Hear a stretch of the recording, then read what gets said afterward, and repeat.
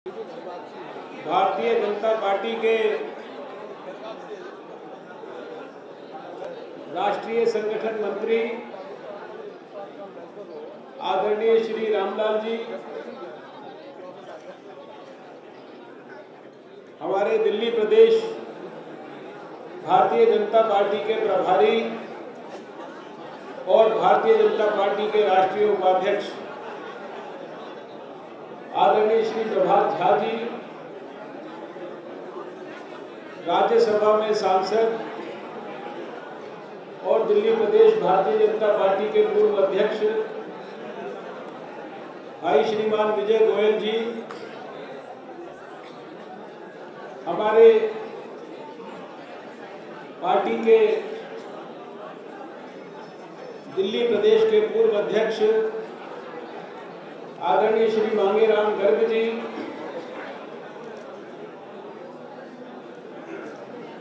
आज का ये कार्यक्रम केशवपुरम जिला और चांदनी चौक जिले का है। हमारे केशवपुरम जिले के अध्यक्ष भाई संजीव शर्मा जी और चांदनी चौक जिले के अध्यक्ष भाई सुमन गुप्ता जी और इनकी पूरी टीम, इसी के साथ साथ यहाँ पर उपस्थित हमारे दिल्ली प्रदेश भारतीय जनता पार्टी के वरिष्ठ पदाधिकारीगण, उपाध्यक्ष जयप्रकाश जी, महामंत्री रेखा गुप्ता जी और कोषाध्यक्ष श्री श्यामलाल गर्ग जी, और मंच को सुशोभित कर रहे मेरे 10 वो साथी जिनके 10 फरवरी को विधायक बनने के बाद मेरा काम आसान भी हो जाएगा और मेरा बोझ भी हल्का हो जाएगा। मैं चाहता हूं कि एक बार उन 10 साथियों के लिए आप सब लोग जरा जोर से तालियां बजा दें। मुझे लगता है कि इनको साथी बनाने के लिए थोड़ी और ज्यादा जोर से बजानी पड़ेगी आपको।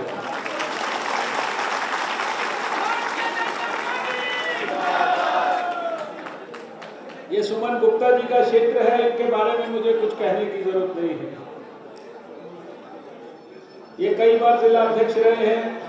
जब मैं प्रदेश का अध्यक्ष 2004, 5, 6 के आसपास होता था तब भी ये जिले के अध्यक्ष होते थे। आज भी ये जिले के अध्यक्ष हैं। पहले भी यहाँ से चुनाव लड़े हैं और अब फिर पार्टी ने एक बार इनको मौका दिया है। मुझे पूरा विश्वास है कि इस बार आप जरा भी कोई कसर नहीं छोड़ेंगे इनको जो है दिल्ली की विधानसभा में भेजने के लिए। मुझे बड़ी खुशी हुई जब आपने अंजुमन देहलवी के भाषण के ऊपर बहुत जोर से तालियां बजाई। मेरा ख्याल से सबसे ज्यादा जोर से तालियां आपने उन्हीं के भाषण के ऊपर बजाई और मुझे लगा कि शायद उसका कारण यह है कि सबसे ज्यादा जोश आपको उन्हीं को जो है सबसे पहले विधायक बनाने के अंदर है। और मुझे सबसे ज्यादा इसी बात से इसलिए खुशी हुई कि वो मटिया महल का इलाका वो है जहां मेरा जन्म हुआ और मुझे सबसे ज्यादा खुशी उसी दिन होगी जिस दिन मटिया महल से हमारे भारतीय जनता पार्टी के कार्यकर्ता एक भारतीय जनता पार्टी का वहां से विधायक चुनकर भेजेंगे। उन्होंने यहाँ पर एक बहुत ऐतिहासिक बातें कही, बहुत इमोशनल बातें कही और जब वो बातें वो कह रहे थे तो मुझे भी मेरा बचपन याद आ रहा था, क्योंकि उसी मटिया महल के अंदर फाटक तेलियान में जन्म लेने के बाद जब मैं बचपन से लेकर और बड़ा हुआ हूँ और बड़े होते होते जो है मैंने जब उस इलाके को छोड़कर मैं 15 साल की उम्र में जमुना पार में गया तो मुझे याद है कि बचपन के अंदर हम जिन भारतीय जनता पार्टी के पुराने उस सीताराम बाजार के इलाके में, जामा मस्जिद के इलाके के अंदर जिन नेताओं का नाम सुनते थे और जिन नेताओं का नाम बहुत लोग इज्जत से लेते थे, तो शायद उनके पिता अनवर अली देहलवी जी का नाम लेते थे और हम छोटे छोटे होते थे। हम लोग जो है उस जमाने के अंदर हौज काजी के ऊपर जब भाषण सुनने जाते थे अटल जी के, तो उसके साथ हम लोग अनवर अली देहलवी जी के भाषण सुना करते थे। उस जमाने के अंदर मुझे अपने बचपन का याद आ गया। इसलिए दोस्तों, मैंने कल उनको जब फोन करके शुभकामनाएं दी तो मैंने उन्हें कहा, दोस्त 2013 के चुनाव में हमको सिर्फ 6000 वोट मिले थे लेकिन मैंने कोशिश करके उस 6,000 को 16,000 किया। पिछली बार पार्लियामेंट के चुनाव में मैंने क्या किया, मेरे कार्यकर्ताओं ने किया। मुझे बहुत खुशी हुई, उन्होंने कहा आप चिंता ना करिए, इस बार हम सारे रिकॉर्ड तोड़ देंगे। वहाँ से भारतीय जनता पार्टी का विधायक बनाने के लिए अगर 16,000 को 26,000 करना है तो 26,000 करेंगे, 36,000 करना है तो 36,000 करेंगे, लेकिन इस बार हम उस सीट को जीत कर दिखाएंगे। मैं ये समझता हूँ कि इसी जज्बे के साथ काम करने की जरूरत है। और जितने मेरे दूसरे साथी हैं, ये महेंद्र नाथ पाल जी को मुझे लगता है परिचय कराने की जरूरत नहीं है। कॉर्पोरेशन से लेकर और इनकी विधानसभा तक की यात्रा जो है, पिछली बार वजीरपुर से चुनाव जीते, जमीन के कार्यकर्ता हैं। रेखा गुप्ता जी को हम लोग बहुत सालों से जानते हैं, वो दिल्ली विश्वविद्यालय छात्र संघ की अध्यक्षा रही है, कॉर्पोरेटर है, अपने इलाके के अंदर बहुत मेहनत के साथ, जज्बे के साथ काम करती है, दिल्ली प्रदेश की हमारी महामंत्री भी है। नंद किशोर गर्ग जी के बारे में मुझे कहने की जरूरत नहीं है, बहुत वरिष्ठ है, बहुत वरिष्ठ है। 1993 से जो है हमारे साथ दिल्ली की विधानसभा के अंदर है, बहुत सारी सरकारी कमेटियों में रहे, दूसरे स्थानों पर रहे, और हमारे कार्यकर्ताओं को उनके परिचय की जरूरत नहीं। मुझे पूरा विश्वास है कि अभी मेरा ख्याल से उनका विधानसभा का ये शायद 6ठा चुनाव होगा। इस चुनाव के अंदर जो है आप उनको निश्चित रूप से जो है भिजवाएंगे।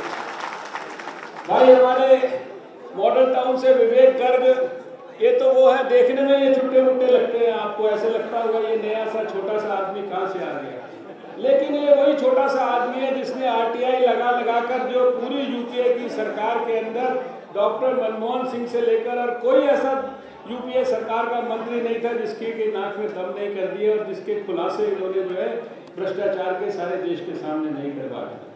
बहुत योग्य हैं, एडवोकेट हैं। मुझे पूरा विश्वास है कि आप सब उनके लिए पूरी ताकत से उन्हें आशीर्वाद देंगे।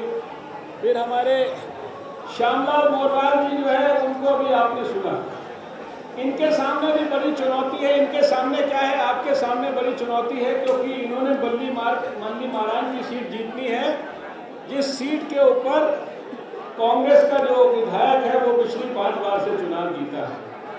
क्योंकि हारून यूसुफ साहब जो है वो मेरे दिल्ली विधानसभा में 93 से साथी हैं, लेकिन मुझे लगता है कि अब 6ठी बार जो है उनको जो है विधानसभा की तरफ रुख नहीं करना पड़ेगा, उन्हें घर की तरफ वापस रुख करना पड़ेगा। और श्यामलाल मोरवाल जी हमारे बहुत अच्छे कार्यकर्ता हैं। 2007 में मैंने ही सबसे पहले इनको टिकट दिया था कॉर्पोरेशन के अंदर जाने के लिए, और मैंने देखा कि बहुत मेहनत से काम करते हैं। मुझे पूरा विश्वास है कि ये निश्चित रूप से इस बार विधायक बनेंगे। प्रवीण जैन जी हमारे सदर के कार्यकर्ता हैं, इनको बड़ा सौभाग्य प्राप्त हुआ है। इनके लिए केंद्र सरकार से मंत्री आया है चुनाव लड़ने के लिए विधायक का, और उनको हराने का सौभाग्य प्राप्त होने वाला है, इसलिए मैं इनको विशेष रूप से बधाई देना चाहता हूँ। क्योंकि जब मैं भी यहाँ पर चांदनी चौक में भेजा गया था तो मुझे कहा गया था साहब दिल्ली की सबसे खतरनाक सीट, सबसे मुश्किल सीट, इसलिए आपको अपना इलाका जहाँ आपने 5 बार चुनाव जीता वो छोड़कर चांदनी चौक के अंदर जाना पड़ेगा। और बताया गया था कि यहाँ पर एक बहुत बड़े केंद्र के मंत्री हैं जिन्होंने लगातार 10 साल से वहाँ चुनाव जीता है, बहुत योग्य हैं, और बहुत सारी उनके पास जो है शिक्षा दीक्षा है। लेकिन मैं आपको बधाई देना चाहता हूँ कि जब चांदनी चौक का चुनाव लड़ने के लिए मैं आया, सच बात यह है कि मैं भूलता नहीं चांदनी चौक का चुनाव।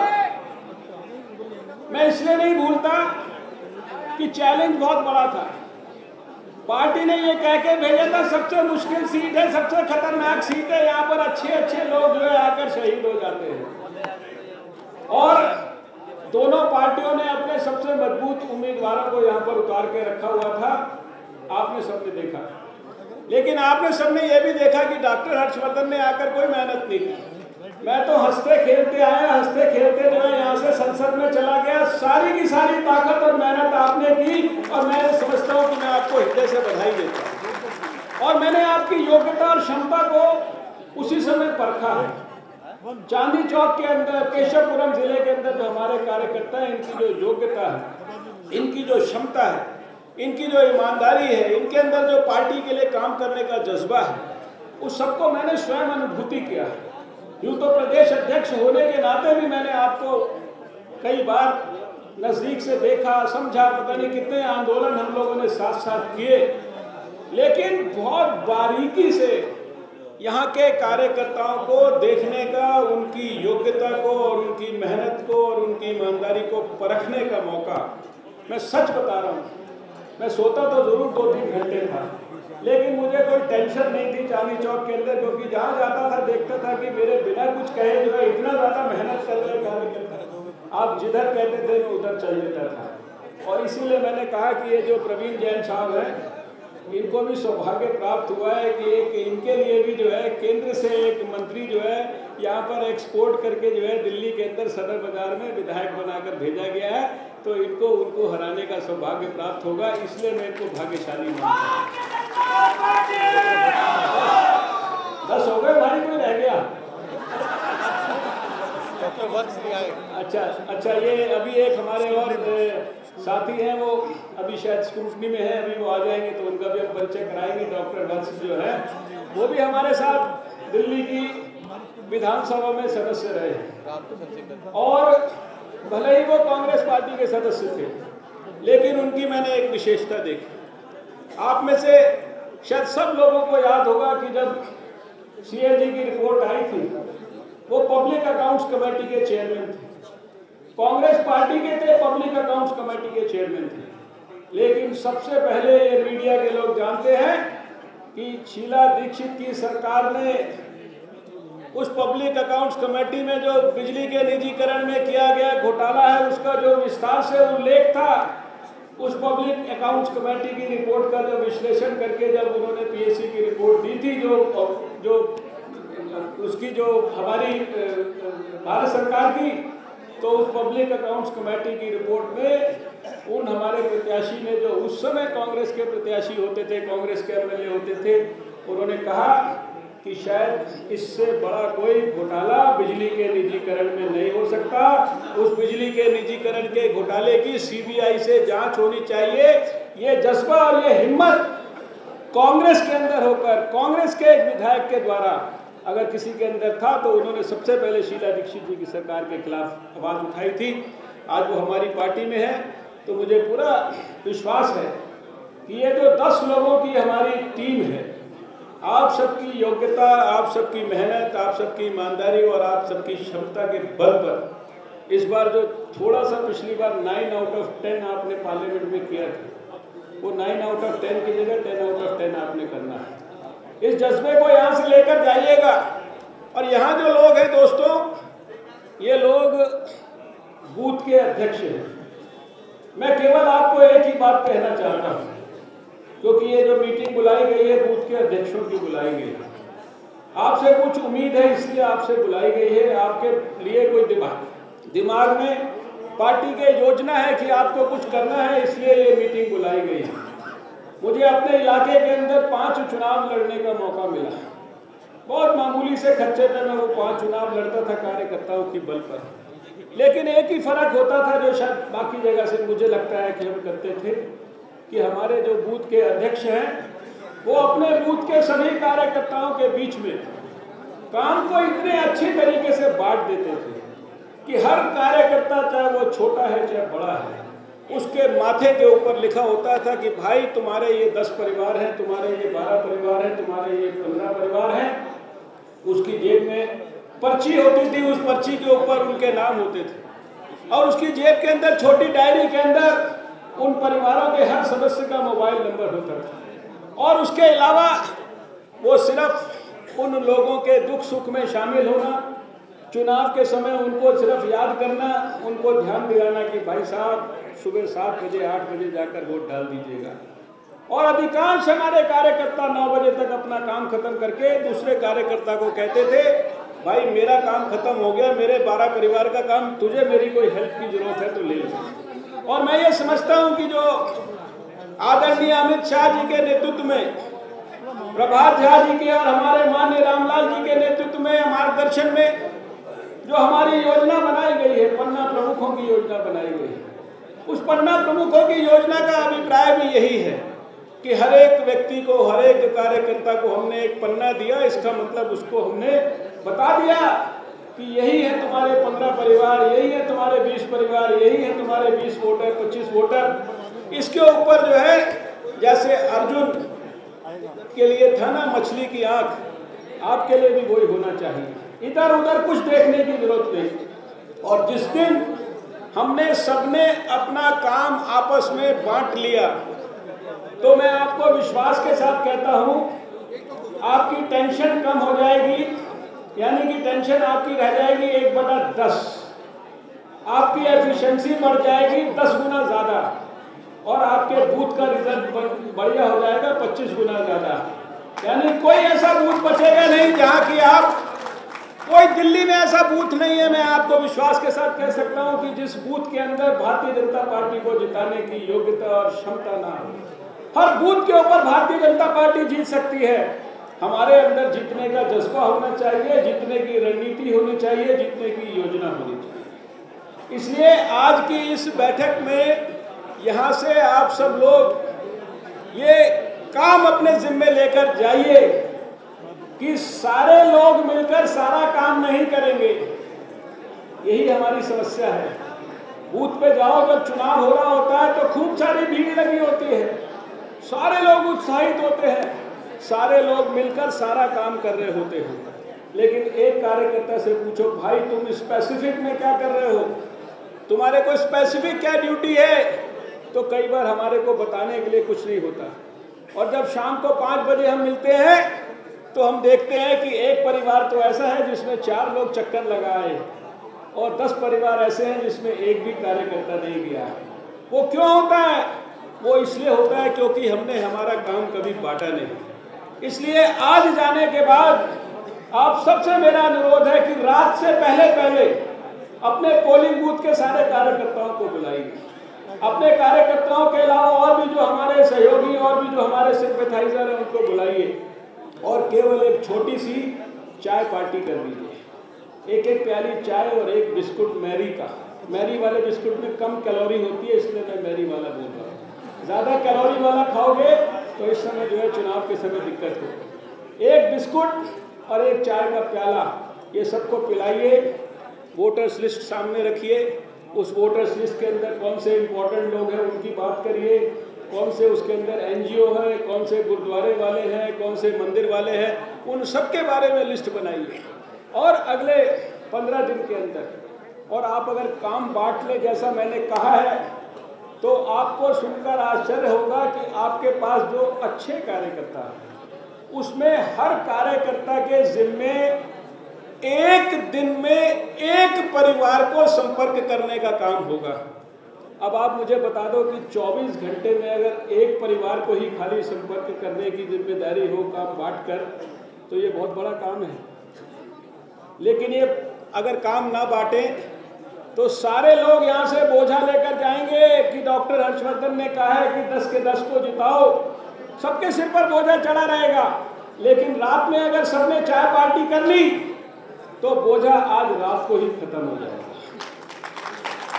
अगर मैं गलत कह रहा हूं तो मुझे बता दो भाई, और अगर सही कह रहा हूं तो ताली तो बजा दो। भारतीय जनता पार्टी। अब बात मैं करना चाहता हूं, वैसे तो अभी भाई अमित शाह जी आएंगे, रामलाल जी आएंगे, वो सब हमारी सरकार ने बहुत बड़े बड़े काम किए। नरेंद्र मोदी जी ने 7 महीने में बहुत सारी चीज़ों के रिकॉर्ड तोड़े। अभी जनधन की बात हो रही थी, कल ही हमारी कैबिनेट के अंदर बात हो रही थी। अधिकांश प्रदेशों में आप सुनकर आश्चर्य करेंगे कि 99% और 100% के बीच में, और मेजॉरिटी प्रदेशों में तो 100% हो चुका है। यानी कोई देश में ऐसा व्यक्ति नहीं छोड़ा हमारी सरकार ने।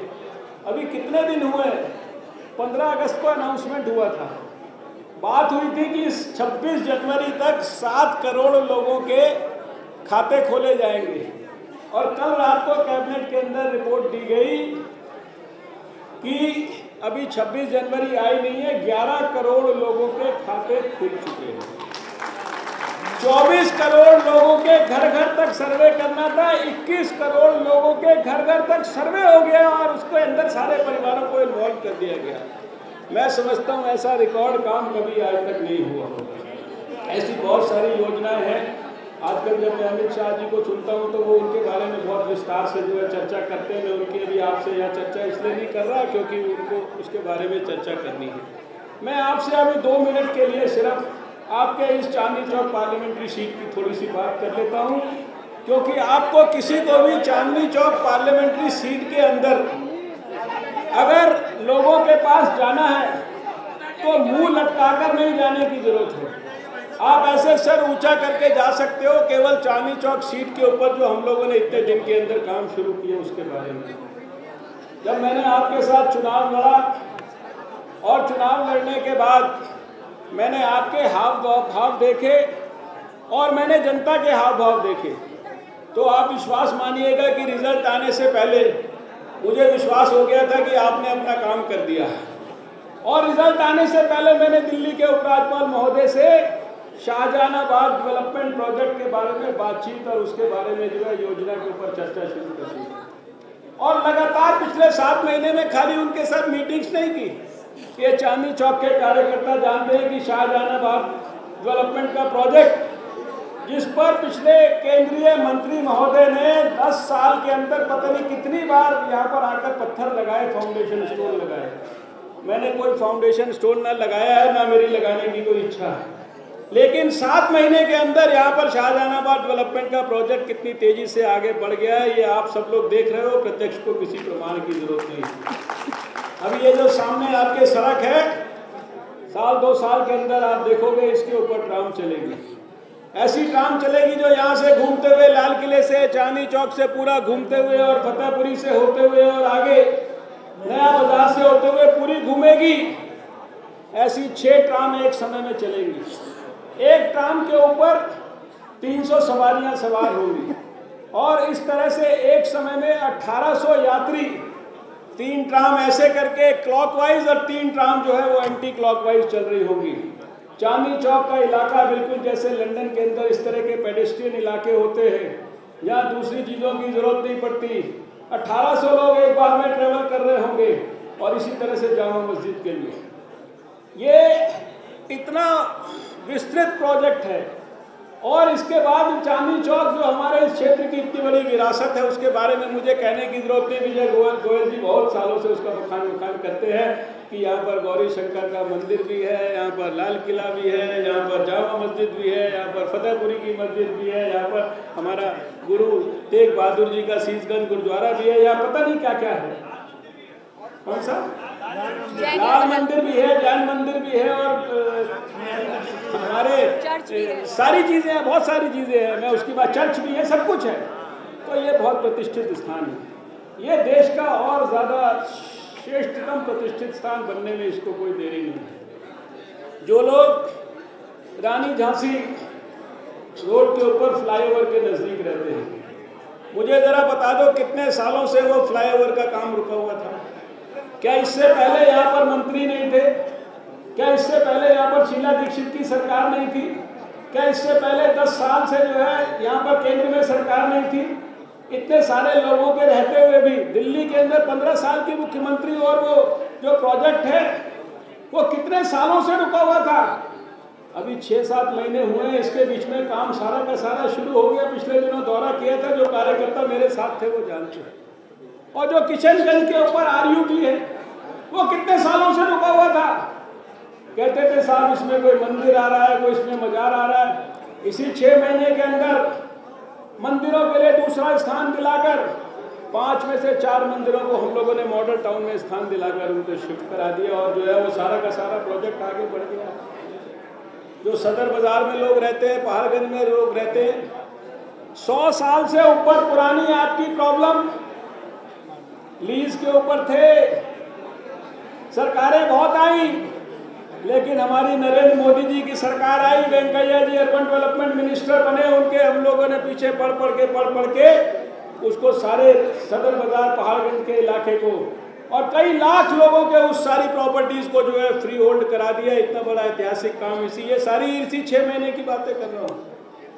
DDA से कम 200 से ज़्यादा टॉयलेट्स नए, जिसमें कम से कम 30-40 हमारे अपने क्षेत्र के अंदर बनने वाले हैं। नए टॉयलेट्स बनने वाले हैं, पुराने टॉयलेट्स का जो है डेवलपमेंट होने वाला है। और मैंने अपने एमपी डेवलपमेंट फंड से भी कुछ ऐसे टॉयलेट्स जिनके लिए मैंने क्राइटेरिया रखा था कि दिल्ली का बेस्ट नहीं, देश का बेस्ट नहीं, दुनिया का बेस्ट टॉयलेट मुझे यहाँ पर आप बनाकर दिखाइए। उसके ऊपर बहुत अध्ययन किया सारे दुनिया के टॉयलेट्स का। और उसके बाद मैंने अभी कुछ लाख रुपया जब वो बनेंगे तब आप देखेंगे, तब आप उसके लिए मैंने अभी कुछ सैंपल के लिए जो है 5, 7, 10 टॉयलेट्स के लिए पैसा दिया है। वो टॉयलेट्स के ऊपर काफ़ी पैसा भी खर्च होगा, लेकिन वो ऐसे टॉयलेट्स ऐसे प्रतिष्ठित स्थानों पर इस क्षेत्र के अंदर आएंगे कि आप कहोगे कि ऐसा टॉयलेट जो है हमने हिंदुस्तान में नहीं देखा। हम अमेरिका में गए थे, वहाँ पर भी हमने ऐसा टॉयलेट नहीं देखा। ऐसे टॉयलेट्स हम लोग यहाँ पर बनाने वाले हैं। और दोस्तों, एक नहीं, ऐसी मैं अनेकों योजनाओं का विस्तार से वर्णन कर सकता हूँ। मैंने कुछ प्रमुखता यहाँ पर आपके सामने दर्शन कराया है। 80 विषय हैं, 85 विषयों के ऊपर जो हमारे चांदनी चौक की पार्लियामेंट्री कंस्टिट्यूंसी के हैं, उनके ऊपर में डीडीए के अंदर डीडीए के वाइस चेयरमैन से और हमारे केंद्रीय मंत्री अर्बन डेवलपमेंट श्री वेंकैया नायडू जी से मैं लगातार उन विषयों को परसू कर रहा हूँ। हम सब के लिए बड़ा एक प्रकार से हृदय से जुड़ा हुआ विषय है झंडे वालान का, जो हमारा माता का मंदिर है। उसका विषय कितने सालों से लटका हुआ था। उसके आसपास उसको खूबसूरत बनाना, उसके आसपास जो गैस के गोदाम वगैरह हैं उनको सबको वहाँ से शिफ्ट कराना, उसके आसपास की बाहर की मार्केट को जो है ठीक से हटवाकर और उसको दूसरी जगह पे शिफ्ट करके उस सारे प्रोजेक्ट को बड़े प्रोजेक्ट के रूप में ऐसा उस प्रकार का जो है प्रतिष्ठित स्थान बनाना, उसके लिए लगातार उसके दौरे करके एलजी साहब से मीटिंग करके वो पूरा का पूरा प्रोजेक्ट हम लोगों ने अप्रूव करा दिया। अब आप देखेंगे 2015 के अंदर उस पर बहुत तेजी से काम होने वाला है। ऐसे दोस्तों बहुत सारे प्रोजेक्ट्स हैं दिल्ली के अंदर, पता नहीं कितनी सारी स्कीमें हैं, कम से कम आधा दर्जन तो नई रेलें में, कभी पुरानी दिल्ली से, कभी नई दिल्ली से, कभी जमुना पार्क के अंदर आनंद विहार से, उनको मैं अपने केंद्रीय मंत्री के साथ शुरू करा के आया हूँ। इसलिए मैंने आपसे जो कहा कि आपको कहीं पर भी सिर झुकाकर मुंह लटकाकर जाने की जरूरत नहीं। केंद्र सरकार की उपलब्धि हो उसके लिए भी आपके पास लंबी चौड़ी लिस्ट है, चांदनी चौक के लिए भी आपके पास लंबी लिस्ट है। बाकी जो हमारे दोस्त चुनाव के मैदान में आए उनके बारे में मुझे कुछ कहने की जरूरत नहीं। मेरा ख्याल से उनके बारे में मैंने जब दिल्ली विधानसभा में भाषण दिया था तो बहुत सारी बातें मैंने उस समय कही थी, वो आपको सबको बाय हार्ट याद है। और जो भूल जाते हैं उनके लिए हमारे बाकी साथी आपको याद दिलाते रहते हैं। उसके बाद से उनके बैंक के अंदर कुछ और डालने के लिए बैलेंस नहीं है, उनकी जो बैलेंस शीट है उसके ऊपर, सिवाय इसके कि चौबे जी क्या बोलते हैं, तो दुबे जी छब्बे बनने गए थे, चौबे बन के आ गए, ये दुबे बन के आ गए, जो भी है, तो वो बनारस गए थे प्रधानमंत्री बनने, फिर वापस आपके पास आ गए। और अब यहाँ से आप उनको कहाँ भेजोगे मुझे पता नहीं। इसलिए मुझे उन दोनों लोगों के बारे में कुछ कहने की जरूरत नहीं, उनकी पार्टी के बारे में कहने की जरूरत नहीं। वो सारे देश के सामने अच्छी तरह से एक्सपोज हो चुके हैं। कांग्रेस पार्टी अपने भ्रष्टाचार के कारण एक्सपोज हो चुकी है, उसको अच्छा खासा जवाब मिल चुका है। और जो गए थे यहाँ से बनारस तक, उनको भी खूब अच्छा जवाब मिल चुका है। अब आपको केवल ये करना है कि श्री नरेंद्र मोदी जी के हाथों को हमें मजबूत करना है। उनका सारे देश के लिए सपना है कि दोबारा से भारत को हमें विश्व गुरु बनाना है।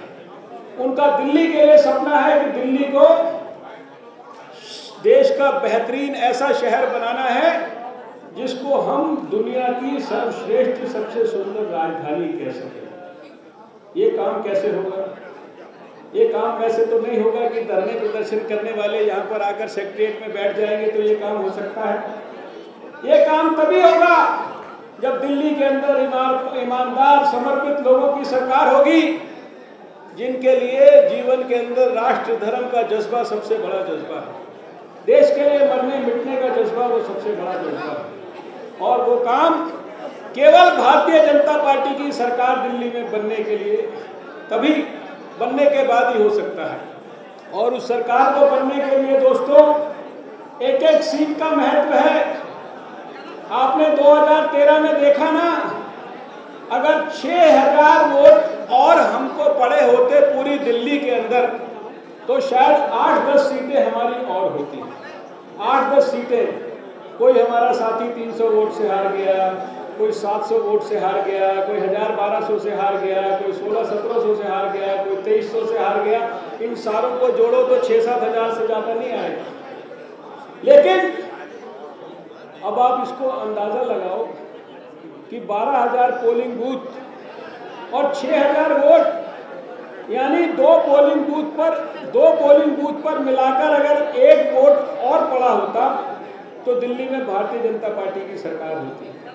और आप याद करो कि एक वोट की कमी पड़ गई थी तो हमारी अटल जी की प्रिय सरकार चली गई थी। इसलिए यहाँ से ये दृढ़ संकल्प करके जाना है कि ये नहीं सोचिए कि सारे लोग काम कर रहे हैं, यार मैंने थोड़ा कम कर लिया तो क्या होगा। हमने सबने अपना हार्ट एंड सोल इस काम में लगाना है। और जब हम सब मिलकर इस काम के अंदर लगेंगे तो चांदनी चौक की पार्लियामेंट्री सीट में आप ही सब लोग मिलकर रिकॉर्ड बनाओगे। मैं ये समझता हूँ ये पोलिंग बूथ के अध्यक्षों की नहीं, ये आने वाले भारत की राजधानी के भविष्यों की जो है, मैं समझता हूँ ये नींव रखने वाले लोगों की जो है ये मीटिंग है। आज बारिश हुई है, बारिश का मतलब है इंद्र देवता ने आशीर्वाद दिया। हमारे चांदनी चौक और केशवपुरम जिले को तो आज मिल गया, हमारे जिले में बड़ी खुशी है। इसलिए उस आशीर्वाद को ग्रहण करिए। अभी अमित शाह जी थोड़ी देर में यहाँ पहुँचने वाले हैं, धैर्यपूर्वक उनकी बात का सुनने के लिए इंतजार करिए। अभी रामलाल जी और हमारे प्रभात झा जी जो है बहुत विस्तार से आपको और अच्छी बातें बताएंगे। मैं इन्हीं शब्दों के साथ आप सबको हृदय की गहराइयों से बहुत बहुत धन्यवाद करता हूं। आप सबका ढेर सारा अभिनंदन करता हूं। नमस्कार, जय हिंद, भारतीय जनता पार्टी जिंदाबाद, भारत माता की जय। भाई साहब बैठिए, जाने के लिए थोड़ी कहा आपको, बैठिए प्लीज। धन्यवाद।